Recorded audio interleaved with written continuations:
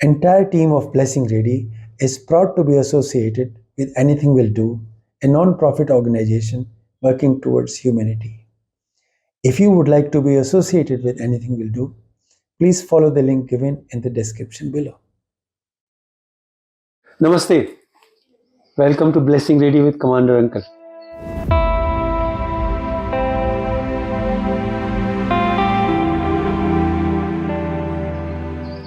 जैसा हम पहले भी कह चुके हैं, ब्लेसिंग रेडी में हम लाइफ को सेलिब्रेट करते हैं। खूबसूरत जिंदगी जिन्होंने उतार चढ़ाव देखे हैं और जिन्होंने हैवी ऑड्स के अगेंस्ट बहुत कुछ अचीव किया है, ऐसा जो मेरे और आपके हम सबके लिए सीखने लायक होता है। आज हम मिल रहे हैं प्रदीप चतुर्वेदी जी से। प्रदीप जी अभी राज्यसभा की सेक्रेटरीट में जॉइंट सेक्रेटरी के पद से रिटायर हुए हैं। वो राज्यसभा के बैकएंड को मैनेज करने वाली टीम में काफ़ी प्रमुख भूमिका अदा करते थे। इसके अलावा उनके बहुत सारे इंटरेस्ट हैं, जिसमें एस्ट्रोलॉजी एक है, और मैं और चीज़ों के अलावा उनसे इसके बारे में भी जानना चाहूँगा। हम चलिए प्रदीप जी से मिलते हैं। प्रदीप जी, आपका स्वागत है। कमांडर साहब, धन्यवाद आपका कि आपने मुझे या मेरी जीवन रेखा को समझने के लिए उचित समझा कि इस प्रोग्राम में आमंत्रित किया। धन्यवाद। पहले तो आपने समय दिया और हमसे बात करने के लिए तैयार हो गए।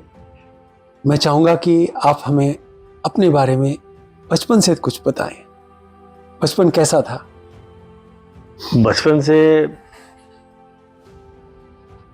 जो एक पारिवारिक जीवन जो हमारा परिवार जीता था, उसमें उतार चढ़ाव बहुत सारे थे। हमारे पिताजी इलाहाबाद में AGUP में सर्विस कर रहे थे, हम सब वहीं रहा करते थे।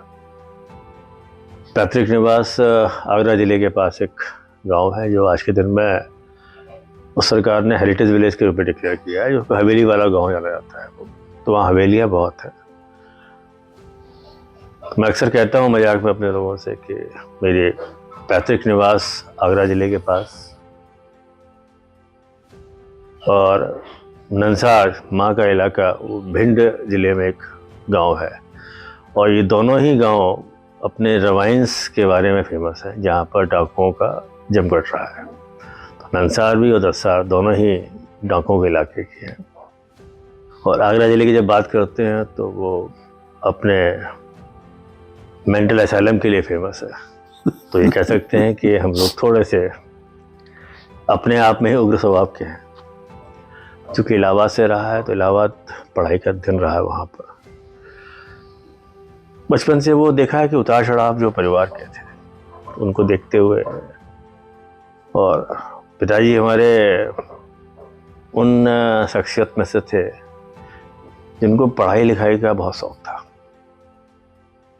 तो उनका केवल एक ही उद्देश्य था कि बच्चे उनके पढ़ के आगे निकल जाए, और उसी कारण से उन्होंने आगे बढ़ाया वहाँ पर। तो ये कह सकते हैं कि एक जो हम लोग मिडिल क्लास या मध्यम वर्ग के परिवार, उसमें परवरिश हुई। और सहूलियत के नाम पर इतना कुछ नहीं था कि हम लोग कह सकते हैं कि हाँ बहुत कुछ था,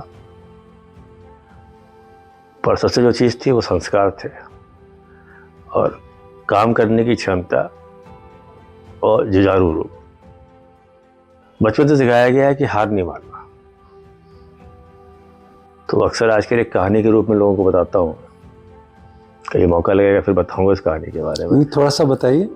वो कछुआ खरगोश की कहानी है मैनेजमेंट की जी। तो अक्सर वो पहली कहानी हमने सुनी है कि slow and study wins the race, जिसमें कछुआ जीत जाता है, खरगोश हार जाता है। मैनेजमेंट ने इसको 3 पार्ट और आगे बढ़ाया है। सेकंड पार्ट में कछुआ फिर गया खरगोश के पास कि तुम जो है खरगोश गया कछुए के पास कि मैं सो गया इसलिए तुम जीत गए, ये तो अन्याय हुआ है, एक बार फिर रेस करते हैं। इस बार खरगोश जागता रहा, सोया नहीं, उसने नदी पार अपना मंजिल प्राप्त कर ली। तो एक फिर लर्निंग निकल के आई, it's good to be slow and study, but it's better to be fast and reliable. अगर आप फास्ट हैं और रिलायबल हैं तो आप अच्छे माने जाएंगे। मैनेजमेंट कहता है कि इन कहानियों को देखने के बाद कछुआ जैसा कभी भी खरगोश से जीत ही नहीं सकता था वहाँ पर। तो कछुआ फिर खरगोश के पास गया कि आपने एक जीता एक मैंने जीता, बराबर हो गया, तो अब तो कोई निर्णय तो हुआ नहीं है, एक अगली रेस हम और करते हैं। उस रेस के लिए कछुए ने कहा कि देखो एक ही मैदान पर 2 बार दौड़ चुके हैं, अब तीसरी रेस हम किसी एक नए मैदान पर दौड़ाएंगे। वहाँ पर खरगोश उत्साह से भरा हुआ था, बोले जीतूंगा तो मैं ही। उसने एग्री कर लिया। कछुए ने मैदान चुना। उस मैदान में एंडिंग पॉइंट के पहले एक नदी या एक नहर का पार्ट था। खरगोश अलर्ट था, दौड़ता हुआ गया, पर नदी के पास पहुंच के बैठ गया क्योंकि doesn't know how to swim. कछुआ अपनी स्पीड से आता गया धीरे धीरे और उसने नदी को पार किया और एंडिंग पॉइंट पे पहुंच गया। मोरल निकल के आता है कि you must play set your field according to your core competency. आपको अपने स्ट्रेंथ मालूम होनी चाहिए। Don't live in over confidence. Before going to venture you must know where you are. अब खरगोश को भी लगा कि एक बार हार गया हूं तो ये बड़ा अपमान की बात है। They have again the 4th race. और उस चौथी रेस के लिए दोनों इकट्ठे जब पहुंचे बिगनिंग पॉइंट पे, तो खरगोश ने इनवाइट किया कछुए को कि आप आइए और मेरे पीछे बैठ जाइए। तो खरगोश को, कछुए को हंसी आई, पीछे बैठ गया, नदी तक पहुंचा। नाउ कछुआ गेट ऑब्लाइज्ड, ये मुझे इतनी दूर से लेके आया है। देन ही ऑफर्ड खरगोश come on back and they cross the river. अंत में जो मोरल निकल के आया है कि it's our core competency together where we can win as a team. Idea has to be win. But आज के दिन में हम लोग ये हो गए हैं कि हम अपने जीतने के लिए दूसरे को हराने के लिए तैयार हो जाते हैं। सिचुएशन अगर दोनों ही जीत सकते हैं तो उसमें दोनों का ही भला होगा। जो मोरल्स ड्रॉ होके आते हैं कि never give up when you face challenges. अगर आपने चैलेंजेस मिले हैं तो you try to counter them and talk to them, you will find success of that part. The last moral, which is beautiful moral, never compete against the rivals, compete against the situation. अगर आप किसी व्यक्ति विशेष या किसी विशेष के साथ rival करेंगे तो कंपटीशन कभी नहीं हो सकता। कंपटीशन कीजिए हमेशा सिचुएशन के साथ, सफलता हर एक को मिलेगी। ये कहानी मैंने बाद में पढ़ी थी और बाद में सीखी इन लोगों को, बट संस्कार में कह लीजिए, पारिवारिक माहौल में कह लीजिए, एक जो माताजी पिताजी की शिक्षा थी वो यही थी कि ज़िंदगी में कभी हार नहीं मानना है, क्योंकि हार मान जाओगे तो लड़ाई वहीं ख़त्म हो जाएगी। मेहनत करोगे जीत जाओगे। प्रदीप जी, ऐसी कोई इंसिडेंट्स याद आती है जिसमें आपको ऐसे चैलेंजेस फेस करने पड़े हों और आपने ओवरकम किए हों? कमांडर साहब, अगर यूं कहूं कि अभी तक ऐसी कोई सिचुएशन नहीं मिली है जहां पे स्ट्रगल ना करना पड़ा, और बिना स्ट्रगल के जो चीज़ मुझे मिली है वो मुझे आज तक सफल नहीं हुई या मुझे हजम नहीं हुई अभी तक, या मुझे उस पर सफलता नहीं मिली है। तो जीवन के इन थपेड़ों में और जीवन के अनुभवों से ये सीखा है कि जब तक स्ट्रगल नहीं है तो सक्सेस। आपने शुरुआत में कहा कि एस्ट्रोलॉजी के, तो एक एस्ट्रोलॉजर बनने के लिए एस्ट्रोलॉजी के ज्ञान के साथ साथ व्यक्ति का मनोविज्ञान भी समझना बहुत जरूरी होता है। और उस मनोविज्ञान को अगर हम समझ सकते हैं तो तनाव, टाइम मैनेजमेंट, ये कई चीज़ें हैं। तो मुझे लगता है कि बिना स्ट्रगल के सक्सेस का रेशियो हमेशा कम होता है, और जब स्ट्रगल करके आप आगे जाते हैं तो उस सक्सेस की मिठास है वो लंबे समय तक रहती है। उसको महसूस होता है कि ये मैंने खुद पाया है।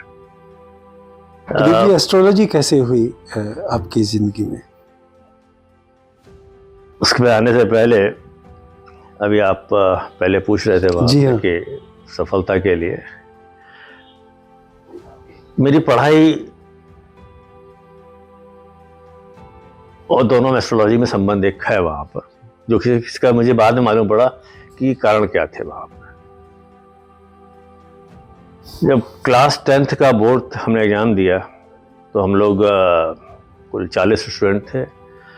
इलाहाबाद में भारत स्काउट्स एंड गाइड्स का एक स्कूल था और अपनी पढ़ाई के लिए फेमस था वो। जिस जगह सेंटर पड़ा बोर्ड का वहाँ मास कॉपिंग हुई बहुत, और पूरे सेंटर के रिजल्ट को उन्होंने विदहेल्ड कर दिया, जिसमें हम लोग विदहेल्ड हो गए। तो हमारे प्रिंसिपल जो अभी भी हैं उपलब्ध हैं और हर साल उनसे बात भी होती है टीचर्स डे के दिन, उन्होंने लड़ाई की जाके टीचर सेक्रेटरी यूपी बोर्ड से कि हमारे बच्चे निकाल नहीं कर सकते। जब रिजल्ट निकाल के देखा गया 40 में से कोई थर्ड डिवीज़न नहीं था, कोई फेल नहीं था, और 30 फर्स्ट डिवीज़न थे, 10 सेकंड डिवीज़न थे। तो सेक्रेटरी को लगा कि कुछ गड़बड़ होगा, पर फैक्ट ये रहा कि रिजल्ट हमारा बाकी लोगों के 2 महीने के बाद निकला। तो जब 11th में एडमिशन लेने के लिए वो स्कूल 10 तक था, 11th लेने गए तो वहाँ पे GIC कॉलेज अच्छा था, वहाँ आपके लिए मेहनत करनी पड़ी, लड़ाई हुई, तब जाके मिला एडमिशन वहाँ पे। 12th पास कर लिया, मार्क्स अच्छे मिल गए, यूनिवर्सिटी में एडमिशन नहीं मिला, तो इंजीनियरिंग का दूसरे कॉलेज में जाना पड़ा वहाँ करने के लिए। डॉक्टर बनने के लिए बहुत सवार था क्योंकि बड़े भाई साहब डॉक्टर थे, तो वो चीज़ें कहीं दिमाग में थी कि मुझे डॉक्टर बनना है। मैंने कभी भी अपनी स्ट्रेंथ चेक नहीं की मैं डॉक्टर बनने लायक हूँ भी या नहीं। वहाँ पर 2 साल BSc की पढ़ाई नहीं, कार्य से नहीं की, प्रैक्टिकल अटेंड नहीं किए, फिर नंबर मिलते हैं प्रैक्टिकल्स में। सारे टीचर्स नाराज़ थे, बाकी बच्चों को 50 में 45 नंबर मिले, मुझे 17 नंबर मिले, तो डिवीज़न हमारी नीचे आ गई। तब जीवन में पहली बार एहसास हुआ कि मुझे मेहनत तो ऐसे नहीं मिलेगा। ब्रांच चेंज की, लॉ किया, क्योंकि नंबर कम थे BSc में तो एडमिशन में दिक्कतें काफ़ी आई। LLB पास करने के बाद जब LLM करने का मन आया, वो एडमिशन मेरी लाइफ में बिना किसी स्ट्रगल के हुआ था। LLM के लिए यूनिवर्सिटी में 7th रैंक पे था, एडमिशन आसानी से मिल गया। तो उस रैंक के बाद अगर ध्यान से देखा जाए 6 साल तक यूनिवर्सिटी में एग्जाम नहीं हुआ और मैं LLM नहीं कर पाया। एडमिशन तो मुझे आसानी से मिल गया पर डिग्री हासिल नहीं कर पाया। दिल्ली आया, नौकरी ज्वाइन कर ली, दिल्ली यूनिवर्सिटी एग्जाम में अपीयर हुआ LLM करने के लिए। रास्ते नहीं मालूम थे, अपने साथियों से चल जा गया था। जब जाके एग्ज़ाम देकर आ गया, उनसे पूछा कि रिजल्ट निकल गया, बताओ नाम आया कि नहीं आया। उनके नहीं, किसी का नाम नहीं आया। तो हमारे एक अधिकारी थे, उनकी पत्नी वहीं प्रोफेसर थी, उन्होंने डांटा कि तो खुद देखने क्यों नहीं गया। हमने कहा मुझे रास्ते नहीं मालूम थे, क्या करता वहाँ। तो पता कराया तो मेरा नाम उस लिस्ट में आ चुका था, बाकी किसी का नहीं आया तो मेरा आया था। उन साथियों ने बेवकूफ़ बना दिया और कहते यार और नाम ही नहीं आया, तो फिर एडमिशन नहीं हुआ मेरा। अगली बार फिर एग्ज़ाम दिया, फिर एडमिशन हुआ। तो मैंने अपनी लाइफ के जो पैटर्न देखा एक एग्जाम्पल के रूप में कि जब तक स्ट्रगल रहा तब तक तो हमें सफलता मिली, और जिस पर्टिकुलर कोर्स में स्ट्रगल नहीं रहा उसके कभी एग्जाम ही नहीं हुए और वो डिग्री नहीं मिल पाई मुझे कई बार। ऐसे ही 93 से 99 या यूँ कह लीजिए कि शुरुआत के दिनों में नौकरी के लिए स्ट्रगल, पारिवारिक माहौल में आगे बढ़ने के लिए स्ट्रगल। जीवन के 93 से 99 का पीरियड बहुत कठिन पीरियड रहा। कई उतार चढ़ाव मैंने जीवन के देखे हुए वहाँ पर। तो जब इन लोगों को करते करते जब कईयों के जवाब नहीं मिले मुझे वहाँ पर, तो एक मन में विचार आया कि इनके जवाब मुझे कौन देगा। हमारे पिताजी को ज्योतिष का शौक था, वो पंचांग अपना मंगवाते थे, दिखते रहते थे वहाँ पर, और उन्होंने कुछ जोड़ते थे अपने उंगलियों के ऊपर। तो मुझे लगता था कि जोड़ते होंगे वहाँ पर। हाँ, ब्राह्मण परिवार से हूँ तो पंचांग घर में आता था, पंचांग पढ़ लिया करता था क्या होता है, पर ज्योतिष पर भरोसा नहीं था मुझे वहाँ। उसके पीछे मुख्य कारण था सन 86 में पिताजी सेवानिवृत्त होने वाले थे और मैं नौकरी की तलाश में था, यंग प्रोफेसर के रूप में। तो पिताजी ने कहा कि अच्छे एक ज्योतिषी हैं इलाहाबाद में, आप वहाँ चलिए और वो ऑफिस से जाएंगे, तुम घर से पहुँच जाना, उनसे पता करते हैं। वहाँ पहुँचा तो पंडित जी ने छूटते ही कहा कि जदूदी जी आपका बेटा IAS बनेगा। उसमें बहुत गुस्सा आया पंडित जी के ऊपर कि क्यों झूठ बोल रहे हैं। IAS के 3 अटेम्प्ट मिलते थे हम लोगों को। उस साल 30 अटेम्प्ट दिया था मैंने प्रीलिम्स का, और इतना हताश हो चुका था कि जब मैं पंडित जी मिलने जा रहा था तो उससे मैं रिजल्ट निकला था प्रीलिम्स का, और उस साल मैं प्रीलिम्स भी क्वालिफाई नहीं कर पाया था। तो नियमों के आधार पर मैं IAS जिंदगी में नहीं बन सकता। तो पंडित जी दोबारा देख लो, कहते नहीं आप IAS बनोगे। तो मुझे लगा कि शायद पंडित जी को कहीं भ्रम हो गया होगा या उनको आता नहीं होगा वहाँ पर। ऐसी कई घटनाएं हुई जहाँ पे महसूस हुआ कि ज्योतिष एक ढकोसला है, इसको मानने से कुछ नहीं होने वाला। पर जब कठिन समय बीतता गया और 99 तक ऐसे उतार चढ़ाव थे जिसमें जीवन कष्ट में लगने लगा। एक समय 93 में ऐसा भी आया कि लगा कि जीवन जीने को फायदा क्या है। तो इसी जाकिर हुसैन मार्ग पे से निकल रहा था और अपने स्कूटर को ट्रक पर डाल दिया मैंने कि जीवन जीने को फायदा नहीं है। हुआ है कि ट्रक का अपने स्कूटर का हैंडल टूट गया, 4-5 खरोंचे शरीर में आई, 2 दिन बिस्तर पर पड़ा रहा अकेले घर पे। तब एहसास किया मैंने कि जीवन जीने के लिए है, समाप्त करने के लिए नहीं है। उस दिन के बाद से और आज 30 साल केवल चुनौती मान के चलता हूँ जीवन में। हर समस्या को, उस चुनौती से डरता कभी नहीं हुआ। वहाँ पर ऐसे ही टहल रहा था 99 में, एक संस्था में दिखाई पड़ा कि हाँ ये ज्योतिष पढ़ाते हैं, तो जाके मैंने फिर एडमिशन ले लिया वहाँ पर। तब एहसास हुआ कि ज्योतिष ऐसी विधा है जिसमें सारी समस्याओं के हल दे रखे हैं। इसको पढ़ने वाला गलत हो सकता है। कोरिलेट किया अपने पुराने इंसिडेंट्स के साथ। पंडित जी ने अगर कहा होता कि आपका बेटा प्रशासनिक सेवा में उच्च पद को प्राप्त करेगा, तो गलत नहीं होते वो। अब उनकी नॉलेज थी प्रशासनिक सेवा, उसको केवल IAS मानते थे वो वहां पर, ये उनकी गलती थी। ज्योतिष पढ़ने के बाद खासतौर से जो हम लोग संस्थान है Indian council of astro sciences, doctor VV Raman, उन्होंने शुरुआत की थी।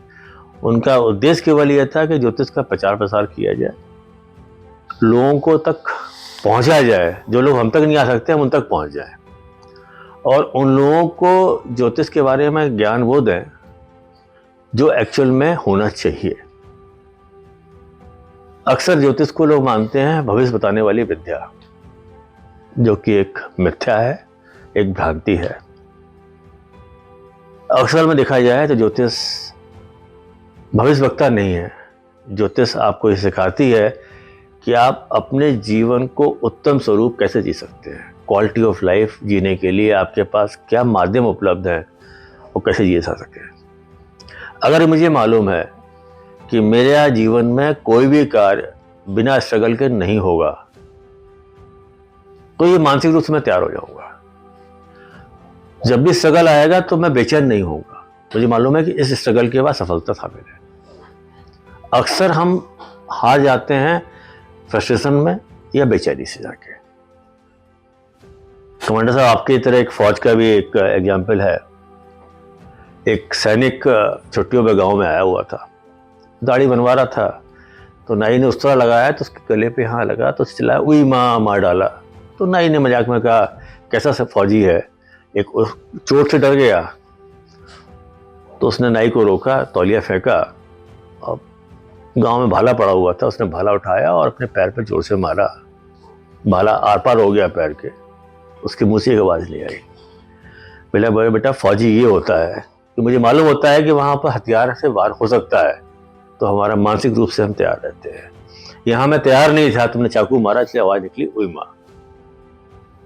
मुख्य उद्देश्य यही है कि आप कितने रूप से मानसिक रूप से तैयार हैं उस लड़ाई से लड़ने के लिए, उस मुसीबत को झेलने के लिए।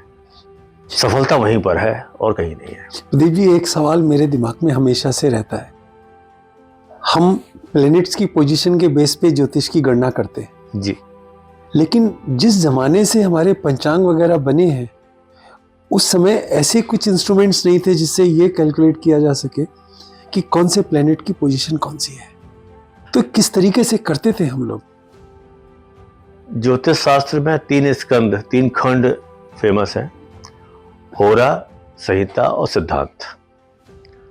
होरा, जिसको हम अगर कहा जाए ट्रांसलेट करके इंडिविजुअलिस्टिक, मीन्स किसी व्यक्ति विशेष की कुंडली अगर देखनी है तो होरा शास्त्र का इस्तेमाल करते हैं। संहिता स्टार्ट होता है, जिसको मैदिनी भी कहते हैं, मीन्स कम्युनिटी के लिए। अगर मुझे इस कमरे में कितने लोग बैठे हैं इसके बारे में देखना है तो होरा के प्रिंसिपल्स वहाँ काम नहीं करेंगे, वहाँ मुझे संहिता के प्रिंसिपल निकालने पड़ेंगे। दिल्ली प्रदेश कैसा है, राजस्थान कैसा है, बारिश कब होगी, सरकार किसकी बनेगी, ये सारे संहिता के प्रिंसिपल्स पर निकल के आते हैं। तीसरा प्रिंसिपल है सिद्धांत। सिद्धांत है जिसको आप वैदिक मैथ्स भी कह सकते हैं। तो 5 सिद्धांत हैं, सूर्य सिद्धांत पर सिद्धांत का बनाया गया है। उनमें दे रखा है कि जितने हमारे पंचांग बन के आते हैं वो सारे उन्हीं सिद्धांतों के प्रिंसिपल से बन के आते हैं। हर ग्रह के कितनी डिग्री होगी, कितना डिक्लिनेशन होगा, कितना मूवमेंट होगा, एक्लिप्टिकल ऑर्बिट में कितना होगा, ये सारे सिद्धांत का पार्ट है। अब सिद्धांत पढ़ने के लिए वो गणित का ज्ञान भी होना बहुत जरूरी है। तो जितने आपके एल्मेनक्स हैं या पंचांग हैं, एफेमरीज तो अब बनने शुरू हुई लेबोरेटरी में, पर हमारे ऋषियों मुनियों ने पहले ही बता रखा था वहाँ पर। और अभी भी पंचांग जो बन के आते हैं वो सिद्धांत के आधार पर बन के आते हैं। पर अनफॉर्चुनेट पार्ट है, इसकी जानकार, इनके ज्ञान प्राप्त करने वाले बहुत कम है। हम लोग भी पढ़ाते हैं जब ज्योतिष वहाँ पर, तो वो केवल होरा और संहिता पढ़ाते हैं, सिद्धांत नहीं पढ़ाते हैं। कि सिद्धांत पढ़ाने के लिए जो टेक्निकल नॉलेज चाहिए वो अमूमन लोगों के पास नहीं होती, ना इतना पेशेंस होता है वहाँ पर। ये सारी चीज़ें सिद्धांत में दे रखी हैं, ग्रहों के बारे में, मूवमेंट के बारे में। और अब तो कंप्यूटर्स का इस्तेमाल ज़्यादातर लोग करते हैं। कंप्यूटर से करते हैं पर वो कहीं ना कहीं सिद्धांत के माध्यम से निकल के आते हैं। अभी भी हम लोग पंचांग निकलते हैं पंचांग वहाँ पर। वो पंचांग निकालने वाले अभी भी उस वैदिक गणित का इस्तेमाल करते हैं, सिद्धांत का पार्ट और उससे निकाल सकते हैं। आज के दिन में बैठ के भी 100 साल के बाद के ग्रहों की स्थिति कैसी होगी वो निकाल सकते हैं, अगर किसी को वैदिक गणित मालूम है या सिद्धांत मालूम है। प्रदीप जी, ये प्रोग्राम बहुत सारे लोग देखेंगे, बच्चे भी देखेंगे, जो स्ट्रगल कर रहे हैं वो भी देखेंगे। हालांकि मैसेज तो खूब सारे मिल ही गए आपसे, लेकिन कोई एक बात, एक सलाह जो आप आने वाली पीढ़ी को देना चाहें अपनी ज़िंदगी को सुधारने के लिए, अच्छे से आगे बढ़ाने के लिए, तो क्या होगी? लंबी लिस्ट है, आपको मैं 2 या 3 चीज़ बताऊंगा, ज़्यादा नहीं बताऊंगा ये वहाँ पर। पहला जो मेरा उद्देश्य है, अब थोड़ा सा सेवानिवृत्ति के बाद समय मिला है, मैं 2 चीज़ों पर ज़्यादा काम करना चाहता हूँ। उसके पीछे एक उद्देश्य यही है कि किस प्रकार से समाज की सेवा हो सके।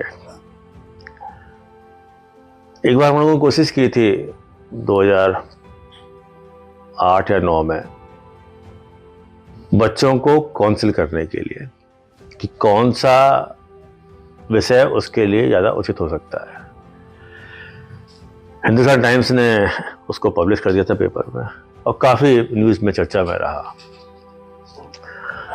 विरोध भी बहुत हुए, ट्रोलिंग भी बहुत हुई कि अब ज्योतिषी बताएंगे कि बच्चों के बारे में भविष्य कैसा होगा, क्या वो काउंसलर्स नहीं कर सकते काम। एक यही चीज़ जो है कहीं ना कहीं कचोटती है। मैंने जब अपनी पढ़ाई की तो मैं डॉक्टरी के पीछे भाग रहा था। क्यों? क्योंकि बड़े भाई से डॉक्टर थे। बड़े भाई से को पिताजी डॉक्टर इसलिए बना दिया था कि घर में बीमार लोग बहुत होते थे, घर में एक डॉक्टर होना चाहिए था। किसी ने जानने की जरूरत समझी कि हम दोनों की क्षमताएं क्या थी। बड़े भाई साहब डॉक्टर हैं, पर अगर घर में कोई इलेक्ट्रिकल का काम है, सिविल का काम है, वो जितने साफ सफाई से कर लेते हैं, तो इंजीनियर होते हैं तो असफल इंजीनियर भी होते हैं वो। चूंकि घर में माहौल था, डॉक्टर बना दिया गया। वो डॉक्टर बन गए तो मैं भी पीछे भाग गया कि मुझे डॉक्टर बनना है। और जब मैं बाद में अपनी लाइन चेंज की डॉक्टर, मुझे लगा कि अब मैं इस लायक नहीं हूँ, विरोध किया घर पे, मैं डॉक्टर से अलग हटा वहाँ पे। अब मुझे लगता है कि मैं डॉक्टर से अच्छा वकील बन गया तो अच्छा रहा। डॉक्टर होता था इतना चटपट नहीं होता कभी वहाँ पर। तो एक मन में जो पीड़ा है बच्चों को लेके, वहाँ पर 9th और 11th बच्चे सब्जेक्ट सिलेक्ट करते हैं, वो उनकी क्षमता के साथ किया जाए। अभी तक तकरीबन 150-200 बच्चों को जिन्होंने सलाह ली है मेरे से आके, उनकी फील्ड चेंज कराई है। एक बच्ची आई थी, हमारे वाइफ के फ्रेंड की बेटी थी, अटेस्ट करवाने आई थी मेरे पास। तो मैं अटेस्ट करते करते पूछता गया उससे, बेटा तुम क्या बनना चाहते हो? तो उसने कहा अंकल मैंने अभी एग्ज़ाम जेईई का दिया है, अगले हफ्ते नीट का एग्ज़ाम देना होगा। मैं थोड़ी देर रुका वहाँ पर कि डॉक्टर और इंजीनियर बनना दो अलग अलग विचारधारा है। उस बच्ची को अपने गोल नहीं मालूम, क्योंकि 11th और 12th में मैथ्स और साइंस बायो दोनों मिली हुई थी उसको, तो she has kept both the options open. Doctor बनने के लिए तैयारी अलग माइंडसेट होता है, इंजीनियर बनने का अलग माइंडसेट होता है। तो मैंने और पूछने की कोशिश की उससे कि तुम डॉक्टर बनने के इच्छुक हो कि इंजीनियर बनने के इच्छुक हो? तो उसने कहा मैं डॉक्टर बनना चाहती हूँ अंकल। हमने क्यों बनना चाहती हो? कि हमारे सारे फ्रेंड डॉक्टर बनना चाहते हैं। इतने उसकी मदर ने मुझे हेल्प करने के लिए स्टेपलर पिन निकालने की कोशिश की पेपर पर से, तो उस पिन की एक नॉक उनकी उंगली में चुभ गई। बहुत बड़ी चोट नहीं आएगी, तो उन्होंने कहा उई, आवाज़ निकली, चोरी होगी, और हल्का सा खून निकला। उस खून को देख के वो लड़की इतना डर गई कि किनारे जाके बैठ गई वहाँ पर। वहीं मुझे ठनका कि जिस लड़की के अंदर इतना सा खून देख के डर पैदा हो गया है, डॉक्टर कैसे बन सकती है वो? वहाँ तो खून ही खून है वहाँ पर। उसको मिला के बात की। टेस्ट तो मैंने बाद में की है। नॉर्मली मैं प्रेडिक्शन नहीं करता, मैं कुंडली देखता नहीं हूँ जब तक मेरा मन नहीं करता। बहुत गालियाँ खाता हूँ, बहुत लोगों की मैं नाराज़गी झेलता हूँ। वो कहते हैं कि आप तो अपने मन से देखते हो। तो मैंने कहा मैं कॉमर्शियल नहीं हूँ, मेरा मन होगा तो देखूंगा, नहीं तो नहीं देखूंगा वहाँ पर। उसकी देखिए 2 घंटे मेरे पास बैठी है, सलाह दी कि बेटा तुम इकोनॉमिक्स पढ़ोगी ज़्यादा सफल हो जाओगे। ये करीबन 8 साल पहले की बात थी। उस बच्ची ने पीएचडी की इकोनॉमिक्स में, और आज जर्मनी में किसी ऑर्गेनाइजेशन में इकोनॉमिक्स की तरह काम कर रही है। क्या बात है। ऐसे कई बच्चों के जीवन में परिवर्तन आया है। तो अब मेरी अपनी चाह यही है कि अपनी एक टीम बना के 9th और 11th के बच्चों को उनके एप्टीट्यूड के आधार पर, साइकोलॉजिस्ट अध्ययन करता है उसके क्वेश्चंस के आधार पर, ज्योतिष अध्ययन करता है उसके जो इंग्रेडिएंट्स और बेसिक पर्सनालिटी के ट्रेट्स हैं उनके आधार पर करता है कि कौन सी फील्ड में उसको ज़्यादा स्ट्रेंथ मिल सकती है। वो इवेल्यूएट कर सकता है कि अगर ये पढ़ाई करेगा तो सफलता पूरी मिलेगी, और उसकी एजुकेशन उसके प्रोफेशन से लिंक्ड होनी चाहिए, तो सफलता बहुत मिल जाती है। तो एक तो कोशिश यही रहेगी कि काउंसलिंग करने के लिए या एजुकेशनल सपोर्ट देने के लिए कि बच्चों का सिलेक्शन सही सब्जेक्ट कर सकें, ताकि उनका इंटरेस्ट पूरा हो सके। पंकज साहब सहमत हो या ना हो, बट जब मैं पढ़ाता हूँ तो अक्सर यही कहता हूँ कि बच्चों के ऊपर 4 प्रकार के प्रेशर होते हैं। पहला, माँ बाप अपनी मरी हुई इच्छाएं बच्चों से पूरी करना चाहते हैं। जो माँ बाप सफलता नहीं कर सकते वो बच्चों से चाहते कराना कि तुम ये पढ़ोगे, उसकी क्षमता है कि नहीं। दिल्ली के बेस्ट कॉलेज में भर्ती कराएंगे उसका, एक क्लास 1 के बच्चे को अपने घर से 25 किलोमीटर दूर भेजेंगे पढ़ने के लिए कि वो बहुत बढ़िया कॉलेज था। तो ये भूल जाते हैं कि क्लास 1 का बच्चा जो कि 5 साल या 6 साल का है, 8 बजे से स्कूल है तो 6 बजे घर से निकलेगा, तो 2 बजे खत्म होगा तो 4 बजे घर आएगा, 2 घंटे और 4 घंटे ट्रेवल करेगा। उससे बेहतर है कि शिक्षा उसके घर के पास करा दी जाए। शिक्षा का माहौल घर में बनना चाहिए, बाहर नहीं बनता है। दूसरा, बच्चे के प्रेशर आता है अपने पीयर ग्रुप का। 4 बच्चे बैठे हैं, क्या बनोगे? ये बनूंगा, ये बनूंगा, सालों से इकट्ठा कर लेते हैं, उनको अपनी स्ट्रेंथ चेक करते हैं। तीसरा आता है बच्चा अपना किसी को बना लेता है आदर्श, कि मेरा आदर्श ये है, मैं इसको फॉलो करूंगा, बिना समझे कि मुझे स्ट्रेंथ है कि नहीं। और चौथे बच्चे वो होते हैं जिन्हें कुछ नहीं मालूम होता, जहाँ धकेल दो वही चले जाते हैं वहाँ पर। समय आ चुका है कि जब कंपटीशन इतना बढ़ा हुआ है, बच्चा अपनी स्ट्रेंथ पे काम करेगा तो आगे बढ़ सकता है। दूसरा मैं काम करना चाहता था जैसे ही कि मेडिकल एस्ट्रोलॉजी के ऊपर। लोग हंसते हैं कि क्या मेडिकल एस्ट्रोलॉजी क्या होती है। आप डॉक्टर के पास तब जाते हैं जब बीमार हो जाते हैं, सिम्टम्स आते हैं, और डॉक्टर इलाज कर देते हैं आपका। जितना आप देर करते हैं उतनी डायग्नोसिस लेट होती है, उतनी ही आपके सफरिंग्स लंबी होती है, और कभी कभी सफरिंग इतनी लंबी होती है कि जीवन अंत तक नज़दीक आ जाता है। जब हम लोग पढ़ा करते थे 11th-12th में, तो हम लोगों के समय में 12th पास करने के बाद ही कॉम्पिटिटिव एग्जाम देने की तैयारी होती थी, उसके पहले कोई सोचता ही नहीं था। वहाँ 20 साल पहले तक ये आया कि नहीं, बच्चा जब 10th पास कर ले तो ही तैयारी करना शुरू कर दे कोचिंग की। वहाँ 10 साल पहले तक बच्चा 9th में आते ही क्या पढ़ना है, कोचिंग करना शुरू कर दो। वहाँ पर 4 साल कोचिंग करोगे तो निकल जाओगे। आपको 12th की इंपॉर्टेंस कम हो गई और कॉम्पिटिशन टेंशन बढ़ गई वहाँ पर।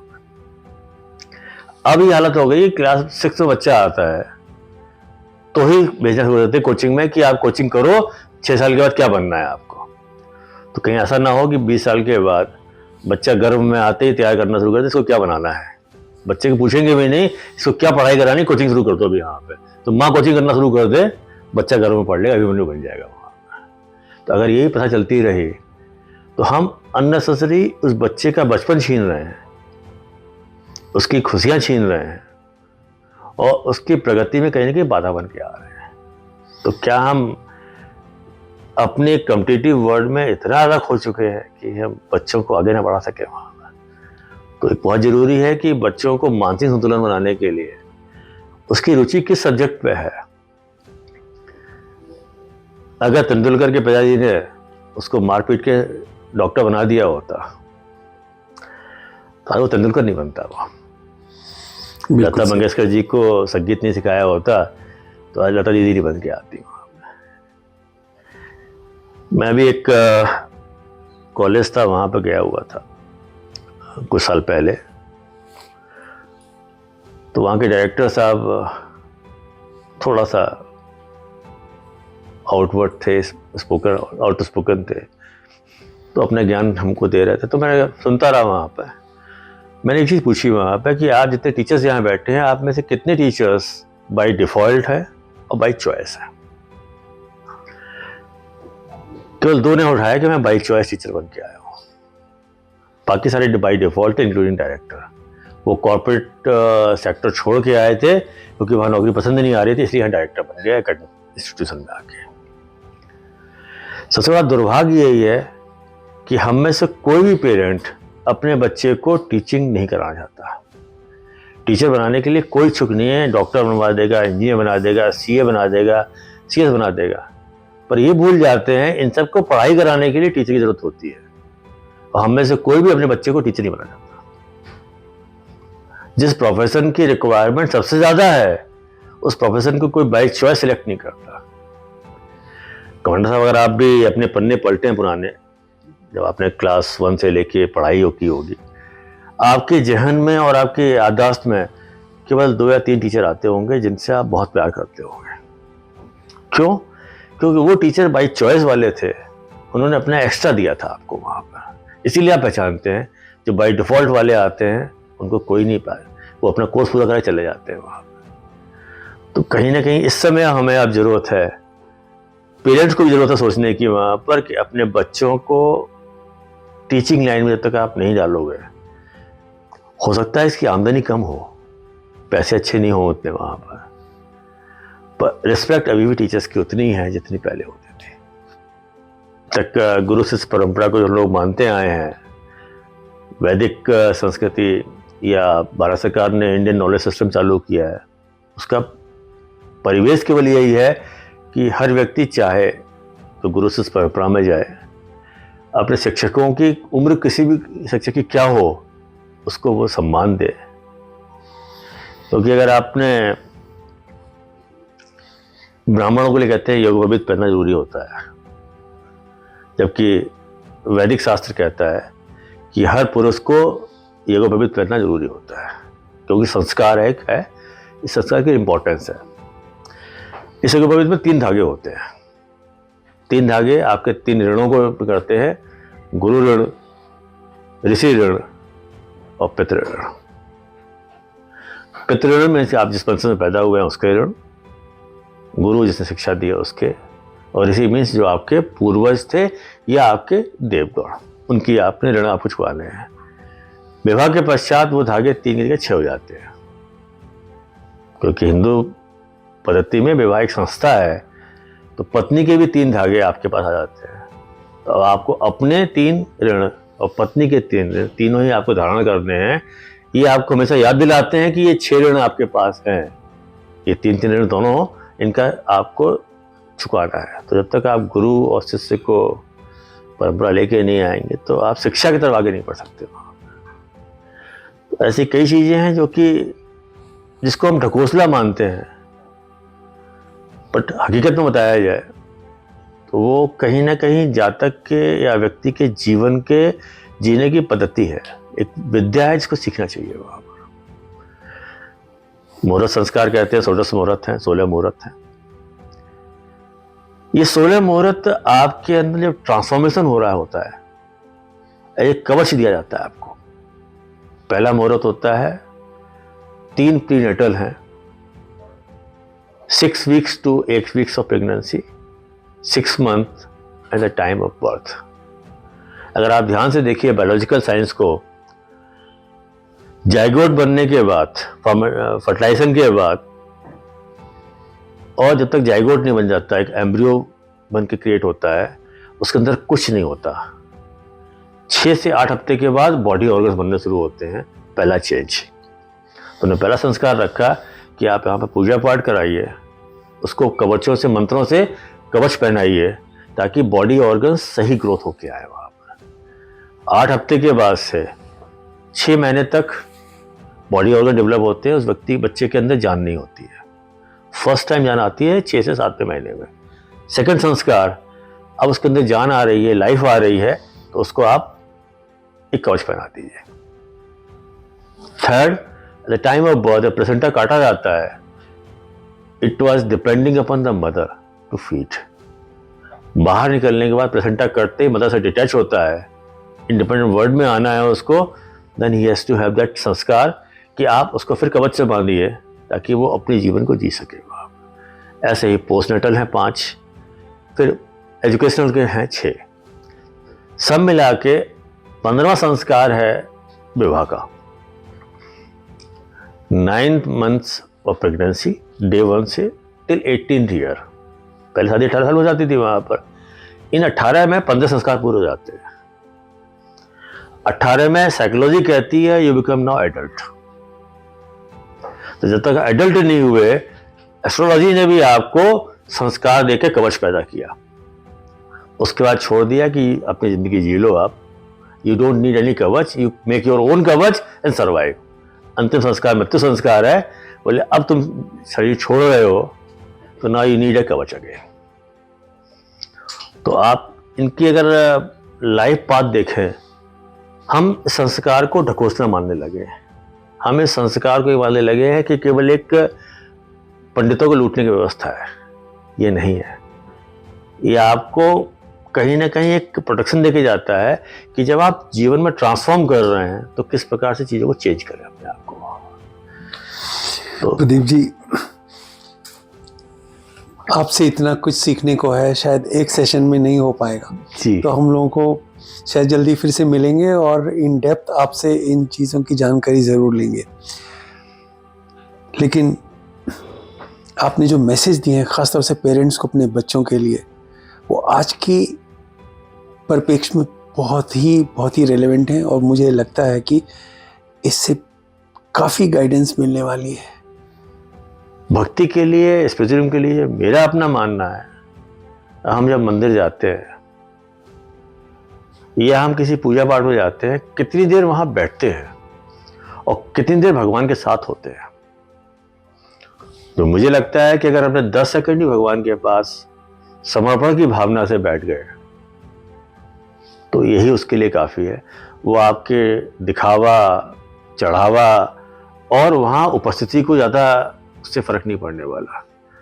वही देखता है कि आप हमारे साथ कितनी देर थे। हम 2 घंटे मंदिर में बैठते हैं, पर 2 घंटे में 1 घंटे 59 मिनट हम बिजनेस कर रहे होते हैं या लोगों से लाइजनिंग कर रहे होते हैं, मंदिर में नहीं होते। तो जो गीता का संदेश वो यही है कि भक्ति मीन्स श्रद्धा और विश्वास के साथ समर्पण मिला दीजिए तो भक्ति है। मेरे लिए स्पिरिचुअलिज्म एक भक्ति का स्वरूप है। भगवान के पास जाते हैं तो समर्पण कीजिए। मैं साल में 2 बार रुद्राभिषेक करवाता हूँ, क्योंकि संस्था हमने बना रखा है, अपने संस्था का नियम नोट रिसेप्टर मेरे पास है। जब भी सत्र की शुरुआत होती है तो पूजा से करते हैं, क्योंकि ये ऊर्जा, ये एनर्जी उसने दी है मुझे, उसका धन्यवाद कर दें कि आपकी ऊर्जा हमारे पास रहेगी और आपके दिए गए सारे कार्यों को हम पूरा कर रहे हैं। मैं ये मान के चलता हूँ भगवान की जो आपके जीवन में मुसीबतें आती हैं, ये आपका एग्ज़ाम है।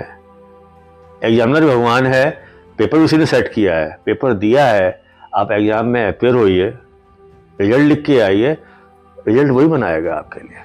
वही देखा जाता है कि आप कितनी प्रकार से अपनी क्षमताओं को आगे बढ़ा सकते हैं।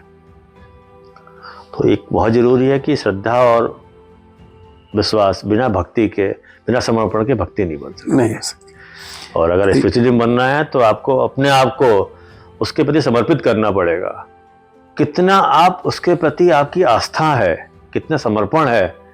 अगर मैं आपसे कहूँ कमांडर साहब मुझे आप पर भरोसा है और उसके बाद मैं आपके 25 जगह इंक्वायरी कराऊंगा, तो वो आस्था नहीं है, वो तो दिखावा है।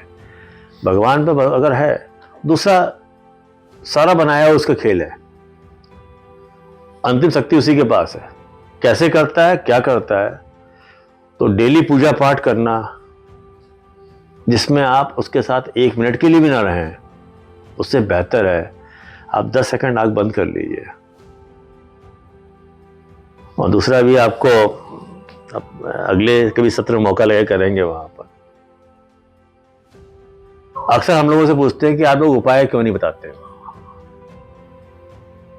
तो उपाय के लिए आता है कि मैं भक्ति के ऊपर ही आता हूं आपको बताने के लिए। सूर्य के कई प्रकार होते हैं। तो पंडित जी ने बताया कि आपका सूर्य ग्रह बहुत आपका भारी हो गया है, तो पूछा कि उपाय क्या किया जाए। बोले आप माणिक पहन लीजिए, आप सूर्य के स्तोत्र का पाठ कर लीजिए और सूर्य को जल चढ़ा दीजिए। सूर्य का प्रतीक आपकी आत्मा है, आपके घर में बैठा आपका पिता है। पिता से आप आदर से बात नहीं करते, पिता को आप खाना नहीं खिलाते समय पे, पिता को समय नहीं देते, तो सूर्य कभी प्रसन्न नहीं होगा। आप कोई पूजा पाठ मत कीजिए, आप अपने पिता की सेवा करते रहिए, सूर्य अपने प्रसन्न रहेगा, क्योंकि उसको तो प्रतीक वहाँ बैठा हुआ है आपके वहाँ पर घर पर। तो हर एक ग्रहों के प्रतीक आपके घर में बैठे हुए हैं। यही भक्ति है। भगवान भी कहता है कि सूर्य कौन है, वही उसको भगवान मानते हैं वहाँ पे आप। तो वो जो रिश्तों में आपके पास दिया है, अगर माता पिता की रिस्पेक्ट नहीं करेंगे तो भगवान भी कभी खुश नहीं होंगे। भक्ति के रूप में जरूरी नहीं है कि आप बाहर जाएं। मैं अपने गुरुवर केदार साहब को इसलिए हमेशा याद रखता हूँ। वो सामाजिक परिवेश में संत के रूप में वो कभी भी गेरुआ वस्त्र नहीं पहनते थे, पर हमेशा भक्ति के समर्पित थे। जहाँ भजन हो वहाँ सब खो जाया करते थे। इवन अपनी पत्नी को भी भूल जाते थे कि पत्नी बगल में बैठी है। ऐसी अगर भक्ति है आपके पास और ऐसी आस्था है तो आप सही मायने में स्पिरिचुअल में, बाकी तो सब उसके भरोसे पे है। प्रदीप जी, जाते जाते एक सवाल मैं आपके सामने रखूं, उसका जवाब दीजिए। आदमी की जीवन की यात्रा में एक मोमेंट आता है जिसमें उसे लगता है कि मुझे डिवाइन से कनेक्ट हो गया है, एक अंडरस्टैंडिंग हो गई है, या एक वो समझ आ गई है कि मैं जानता हूँ कि कोई है जो मेरी सुन रहा है और मैं उसे सुना पा रहा हूँ। ऐसा कोई मोमेंट आपके जीवन में आया? जी, उसके पहले एक छोटा सा आपको मैं संदर्भ जरूर बताना चाहूँगा, क्योंकि मैं हिंदी विषय का छात्र रहा हूँ। तो जब हम लोग दोहे पढ़ते थे सूरदास के, बिहारी के, तो उसमें एग्जाम आता था कि प्रसंग संदर्भ से व्याख्या कीजिए। व्याख्या प्रसंग भी लिखिए और संदर्भ भी लिखिए। जी गीता का आपको जरूर दिखाऊंगा परिप्रेक्ष्य। लोग कहते हैं गीता कर्म के सिद्धांत पर बनाया गया है। तो अगर गीता का विश्लेषण करें तो गीता में 3 खंड हैं, ज्ञान, कर्म और भक्ति। जी और अगर आप हर चैप्टर का अध्ययन करें तो गीता में सबसे ज़्यादा भक्ति के बारे में बात है, उससे कम ज्ञान के बारे में बात है, उससे कर्म के बारे में बात है। ज्ञान श्रद्धा है, कर्म विश्वास है, और भक्ति कर्म और विश्वास का सम्मिलित प्रभाव है विद समर्पण। तो आपके अंदर श्रद्धा भी है, विश्वास भी है, अगर समर्पण नहीं है तो भक्ति नहीं है। सो कॉल्ड स्पिरिचुअलिज्म में अगर आप कहते हैं स्पिरिचुअलिज्म क्या, भक्ति का एक स्वरूप है, भक्ति है, बिना समर्पण के भक्ति नहीं मिल सकती। वहां पर एक छोटी सी इंस्टांस, एक नट अपना प्रोग्राम कर रहा था, उसने तकरीबन 20 फीट लंबा रोप लगा रखी थी, उसने 6 महीने के बच्चे को अपना गोद लिया तो लोगों के मुंह से ऊह निकला कि कहीं गिरा ना दे वहां पर। जब उसने 3 बार राउंड लगा लिया, खूब तालियां बजी, तो उस नट ने पूछा ऑडियंस से, क्या आपको विश्वास था? बोले हाँ, पूरा विश्वास था। बोले पक्का बताइए, विश्वास था आपको मेरे ऊपर कि मैं गिराऊंगा नहीं? बोले नहीं, फूका विश्वास। तो उन्होंने एक महिला से कहा कि अपने बच्चे को मुझे दे दीजिए, मैं लेके जाता हूँ फिर आता हूँ। बोले नहीं, दूंगा नहीं। बोले आपका विश्वास किस बात का? आपका विश्वास नहीं था, केवल आपको केवल दिखाई पड़ रहा था। तो विश्वास बिना समर्पण के विश्वास नहीं हो सकता। जी नमस्कार, बहुत बहुत धन्यवाद। Entire team of Blessing Ready is proud to be associated with Anything Will Do, a non-profit organization working towards humanity. If you would like to be associated with Anything Will Do, please follow the link given in the description below.